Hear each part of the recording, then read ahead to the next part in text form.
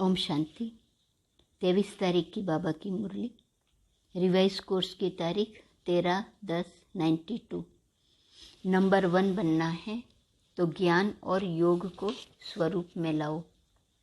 आज सत शिक्षक अपनी श्रेष्ठ शिक्षा धारण करने वाले गॉडली स्टूडेंट को देख रहे हैं कि हर एक ईश्वरीय विद्यार्थी ने इस ईश्वरीय शिक्षा को कहाँ तक धारण किया है। पढ़ाने वाला एक है, पढ़ाई भी एक है, लेकिन पढ़ने वाले पढ़ाई में नंबरवार हैं। हर रोज का पाठ मुरली द्वारा हर स्थान पर एक ही सुनते हैं, अर्थात एक ही पाठ पढ़ते हैं। मुरली अर्थात पाठ हर स्थान पर एक ही होता है।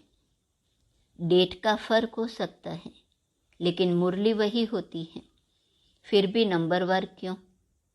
नंबर किस लिए होते हैं? क्योंकि इस ईश्वरीय पढ़ाई पढ़ने की विधि सिर्फ सुनना नहीं है, लेकिन हर महावाक्य स्वरूप में लाना है। तो सुनना सबका एक जैसा है, लेकिन स्वरूप बनने में नंबरवार हो जाते हैं। लक्ष्य सभी का एक ही रहता है कि मैं नंबर 1 बनूं। ऐसा लक्ष्य है ना? लक्ष्य नंबर 1 का है, लेकिन रिजल्ट में नंबरवार हो जाते हैं, क्योंकि लक्ष्य को लक्षण में लाना, इसमें लक्ष्य और लक्षण में फ़र्क पड़ जाता है। इस पढ़ाई में सब्जेक्ट भी ज़्यादा नहीं है। 4 सब्जेक्ट को धारण करना इसमें मुश्किल क्या है? और चारों ही सब्जेक्ट का एक दो के साथ संबंध है। अगर एक सब्जेक्ट ज्ञान संपूर्ण विधि पूर्वक धारण कर लो, अर्थात ज्ञान के एक एक शब्द को स्वरूप में लाओ, तो ज्ञान है ही मुख्य 2 शब्दों का, जिसको रचयिता और रचना व अलफ और बे कहते हो। रचयिता बाप की समझ आ गई, अर्थात परमात्मा परिचय संबंध स्पष्ट हो गया। और रचना अर्थात पहली रचना मैं श्रेष्ठ आत्मा हूँ, और दूसरा मुझ आत्मा का। इस बेहद की रचना अर्थात बेहद के ड्रामा में सारे कल्प में क्या क्या पार्ट हैं, यह सारा ज्ञान तो सभी को है ना। लेकिन श्रेष्ठ आत्मा स्वरूप बन हर समय श्रेष्ठ पार्ट बजाना, इसमें कभी याद रहता है, कभी भूल जाते हैं।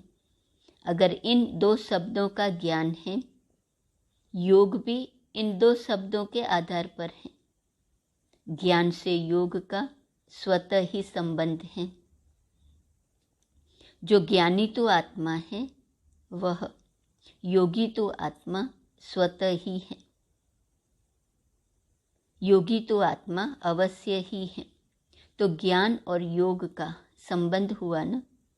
और जो ज्ञानी और योगी होगा, उसकी धारणा श्रेष्ठ होंगी या कमज़ोर होंगी?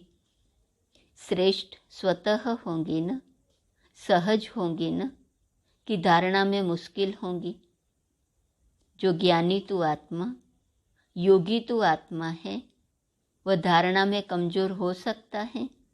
नहीं। होते तो हैं, तो ज्ञान योग नहीं है। ज्ञानी है, लेकिन ज्ञानी तो आत्मा वह स्थिति नहीं है। एक एक शब्द को स्वरूप में लाना, इसको कहा जाता है ज्ञानी तो आत्मा। योग लगाने वाले हैं, लेकिन योगी जीवन वाले नहीं हैं। जीवन सदा होती है और जीवन नेचुरल होती है। योगी जीवन अर्थात ओरिजिनल नेचर योगी की है। 63 जन्मों के विस्मृति के संस्कार व कमजोरी के संस्कार ब्राह्मण जीवन में कहाँ कहाँ मूल नेचर बन पुरुषार्थ में विघ्न डालते हैं। कितना भी स्वयं व दूसरा अटेंशन खिंचवाता है कि यह परिवर्तन करो, व स्वयं भी समझते हैं कि यह परिवर्तन होना चाहिए, लेकिन जानते हुए भी चाहते हुए भी क्या कहते हो? चाहते तो नहीं हैं, लेकिन मेरी नेचर है यह, मेरा स्वभाव है यह। तो नेचर नेचुरल हो गई ना, किसके बोल में व व्यवहार में। ज्ञान संपन्न व्यवहार व योगी जीवन प्रमाण व्यवहार व बोल नहीं होते हैं तो वो क्या कहते हैं? यही बोल बोलेंगे कि मेरा नेचुरल बोल ही ऐसा है, बोलने का टोन ही ऐसा है। बचाव के लिए ऐसे शब्द बोलते हैं। वह कहेंगे मेरी चाल चलन ही ऑफिशियल व गंभीर है। नाम अच्छे बोलते हैं, जोश नहीं है, लेकिन ऑफिशियल है। तो चाहते भी समझते भी नेचुरल वर्क करती रहती है, उसमें मेहनत नहीं करनी पड़ती है। चाहते नहीं है ये मैं करूं, लेकिन जो नेचर है ना नेचुरल, वो प्रैक्टिकल में कर्म में आ जाती है। ऐसे जो ज्ञानी जीवन व योगी जीवन में रहते हैं तो ज्ञान और योग संपन्न हर कर्म नेचुरल होते हैं, अर्थात ज्ञान और योग यही उनकी नेचर बन जाती है। और नेचर बनने के कारण श्रेष्ठ कर्म, युक्ति युक्त कर्म नेचुरल होते रहते हैं। तो समझा, नेचर नेचुरल बना देती है। तो ज्ञान और योग मूल नेचर बन जाए, इसको कहा जाता है ज्ञानी जीवन, योगी जीवन वाला। ज्ञानी सभी हो, योगी सभी हो, लेकिन अंतर क्या है? एक है ज्ञान सुनाने वाले, यथाशक्ति जीवन में लाने वाले। दूसरे हैं ज्ञान और योग को हर समय अपने जीवन की नेचर बनाने वाले। एक हैं ज्ञान सुनने वाले, सुनाने वाले, यथाशक्ति जीवन में लाने वाले। दूसरे हैं हर समय ज्ञान और योग को अपने जीवन की नेचर बनाने वाले। वो स्वभाव बन गया ज्ञान और योग का।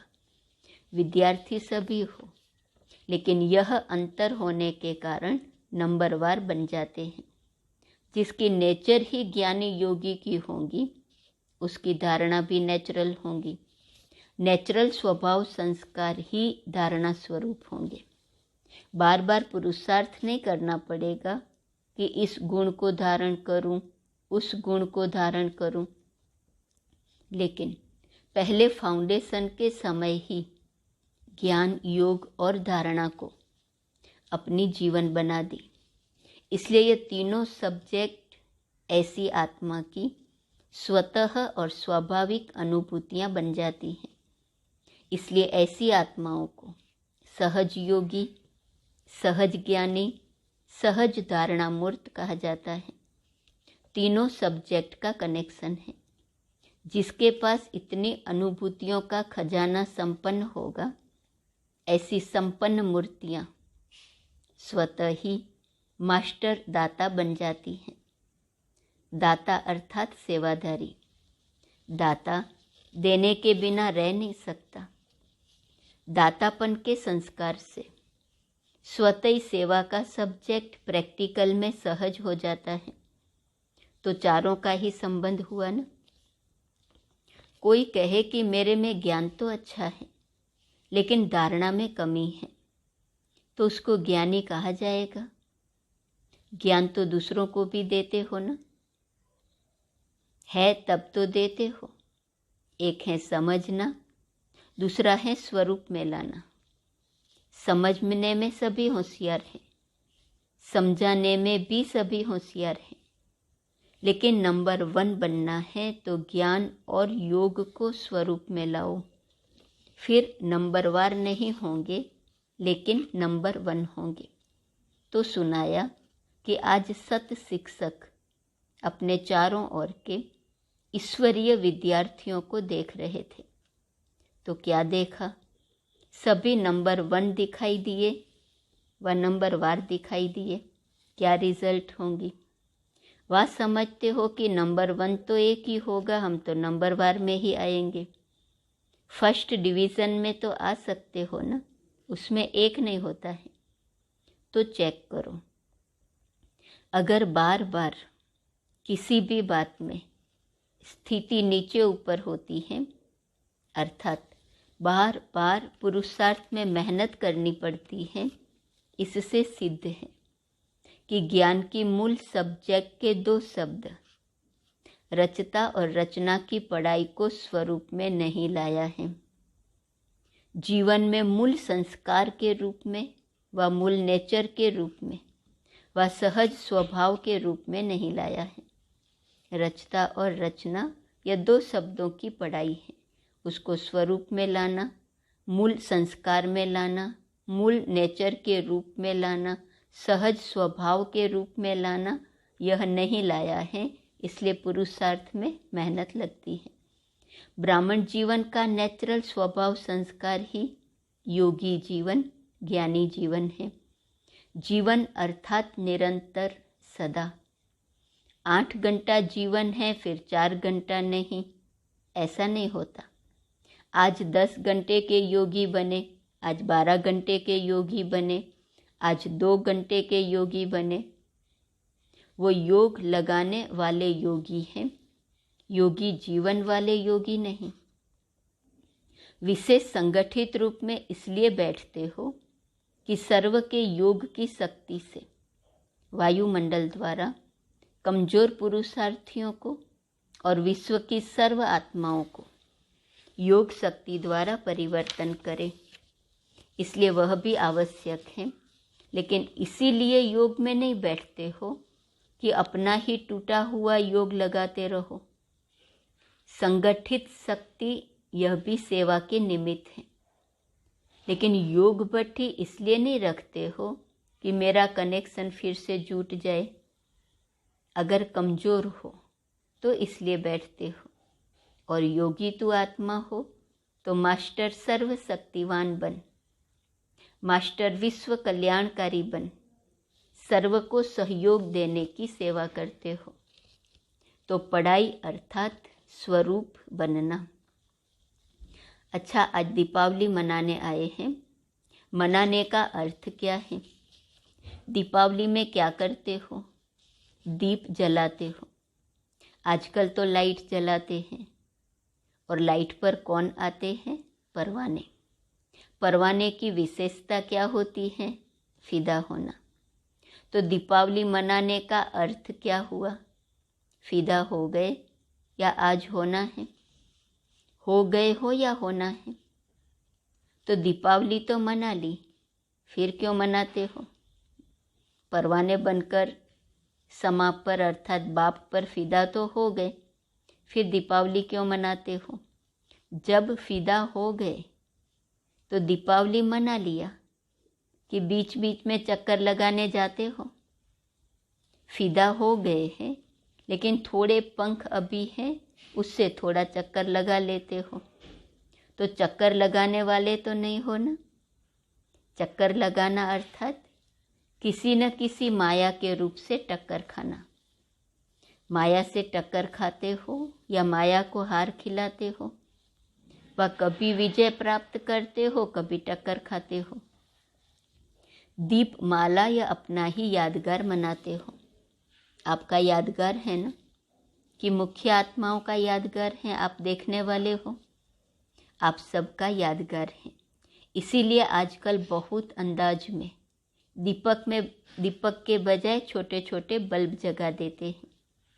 दीपक जलाएंगे तो संख्या फिर भी उससे कम हो जाएगी, लेकिन आपकी संख्या तो बहुत है ना। तो सभी की याद में अनेक छोटे छोटे बल्ब जगमगा देते हैं, तो अपना यादगार मना रहे हैं। जब दीपक देखते हो तो समझते हो यह हमारा यादगार है, स्मृति आती है। यही संगम युग की विशेषता है, जो चैतन्य दीपक अपना जड़ यादगार दीपक देखते हो। चैतन्य में स्वयं को और जड़ यादगार देख रहे हो। ऐसे तो जिस दिन दीपावली मनाओ उस दिन ही वास्तविक तिथि है। यह तो दुनिया वालों ने तिथि फिक्स की है, लेकिन आपकी तिथि अपनी है। इसलिए जिस दिन आप ब्राह्मण मनाओ वही सच्ची तिथि है। इसलिए कोई भी तिथि फिक्स करते हैं तो किससे पूछते हैं? ब्राह्मणों से ही निकालते हैं। तो आज बाप दादा सभी देश विदेश के सदा जगे हुए दीपकों को दीपमाला की मुबारक दे रहे हैं, बधाई दे रहे हैं। दीपावली मुबारक, अर्थात माला माल संपन्न बनने की मुबारक।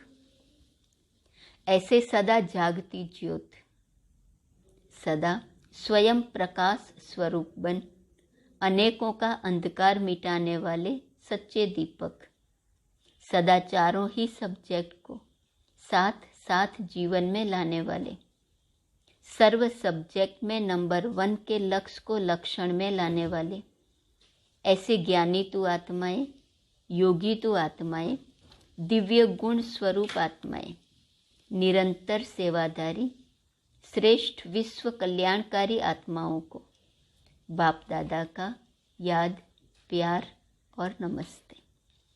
अव्यक्त बाप दादा की पर्सनल मुलाकात। खुश नसीब वह जिसके चेहरे और चलन से सदा खुशी की झलक दिखाई दे। सभी अपने को सदा खुश नसीब आत्माएं समझते हो। खुश नसीब आत्माओं की निशानी क्या होंगी? उनके चेहरे और चलन से सदा खुशी की झलक दिखाई देंगी। चाहे कोई भी स्थूल कार्य कर रहे हो, साधारण काम कर रहे हो, लेकिन हर कर्म करते खुशी की झलक दिखाई पड़े, इसको कहते हैं निरंतर खुशी में मन नाचता रहे। ऐसे सदा रहते हो या कभी बहुत खुश रहते हो, कभी कम? खुशी का खजाना अपना खजाना हो गया तो अपना खजाना सदा साथ रहेगा ना, या कभी कभी रहेगा? बाप के खजाने को अपना खजाना बनाया है या भूल जाता है अपना खजाना? अपनी स्थूल चीज तो याद रहती है ना।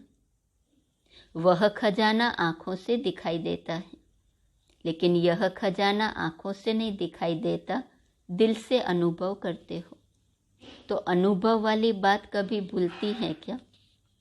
तो सदा यह स्मृति में रखो कि हम खुशी के खजाने के मालिक हैं। जितना खजाना याद रहेगा उतना नशा रहेगा। तो यह रूहानी नशा औरों को भी अनुभव कराएगा कि इनके पास कुछ है। माताओं को सारा समय क्या याद रहता है? सिर्फ बाप याद रहता है या और भी कुछ याद रहता है? वर्षे की तो खुशी दिखाई देंगी ना। जब ब्राह्मण जीवन के लिए संसार ही एक बाप है तो संसार के सिवाय और क्या याद आएगा? सदा दिल में अपने श्रेष्ठ भाग्य के गीत गाते रहो। ऐसा श्रेष्ठ भाग्य सारे कल्प में प्राप्त होगा। जो सारे कल्प में अभी प्राप्त होता है तो अभी की खुशी, अभी का नशा सबसे श्रेष्ठ है। तो माताओं को और कोई संबंधी याद आते हैं? कोई संबंध में नीचे ऊपर हो तो मोह आता है। मोह सारा खत्म हो गया। जो कहते हैं कुछ भी हो जाए मेरे को मोह नहीं आएगा, वो हाथ उठाए। अच्छा, मोह का पेपर भले आवे, पांडव तो नष्ट मोह है ना। व्यवहार में कुछ ऊपर नीचे हो जाए फिर नष्ट मोह है।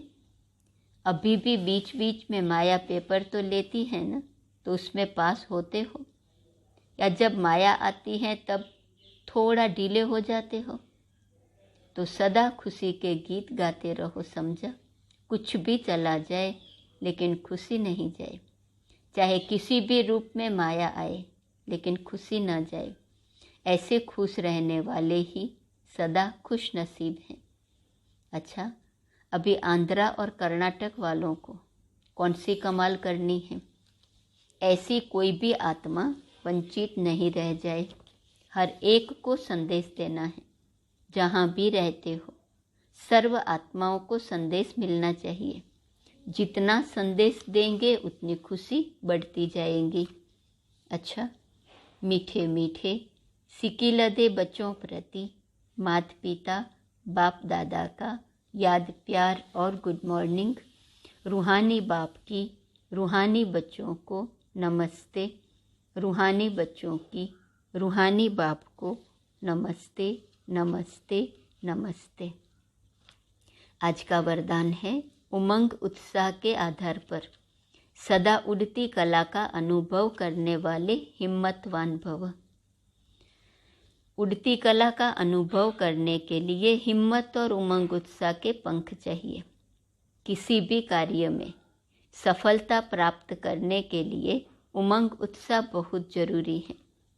अगर उमंग उत्साह नहीं तो कार्य सफल नहीं हो सकता, क्योंकि उमंग उत्साह नहीं तो थकावट होगी और थका हुआ कभी सफल नहीं होगा। इसलिए हिम्मतवान बन उमंग और उत्साह के आधार पर उड़ते रहो तो मंजिल पर पहुंच जाएंगे। स्लोगन, दुआएं दो और दुआएं लो, यही श्रेष्ठ पुरुषार्थ है। आज का स्वमान है, मैं नंबर 1 परवाना हूँ। लाइट माइट हाउस के पॉइंट हैं। जो नंबर 1 परवाने हैं उनको स्वयं का अर्थात इस देहभान का, दिन रात का, भूख और प्यास का, अपने सुख के साधनों का, आराम का, किसी भी बात का आधार नहीं होगा। परवाने हैं, फिदा हो गए, उसको बाबा कहते किसी भी बात का आधार नहीं होगा। आराम का, साधनों का, प्यास का, भूख का, दिन का, रात का, देहभान का कोई आधार नहीं होगा। निरंतर समा के लव में लवलीन। जैसे समा ज्योति स्वरूप है, लाइट माइट रूप है, वैसे समा के समान स्वयं भी लाइट माइट रूप हो। अच्छा, ओम शांति।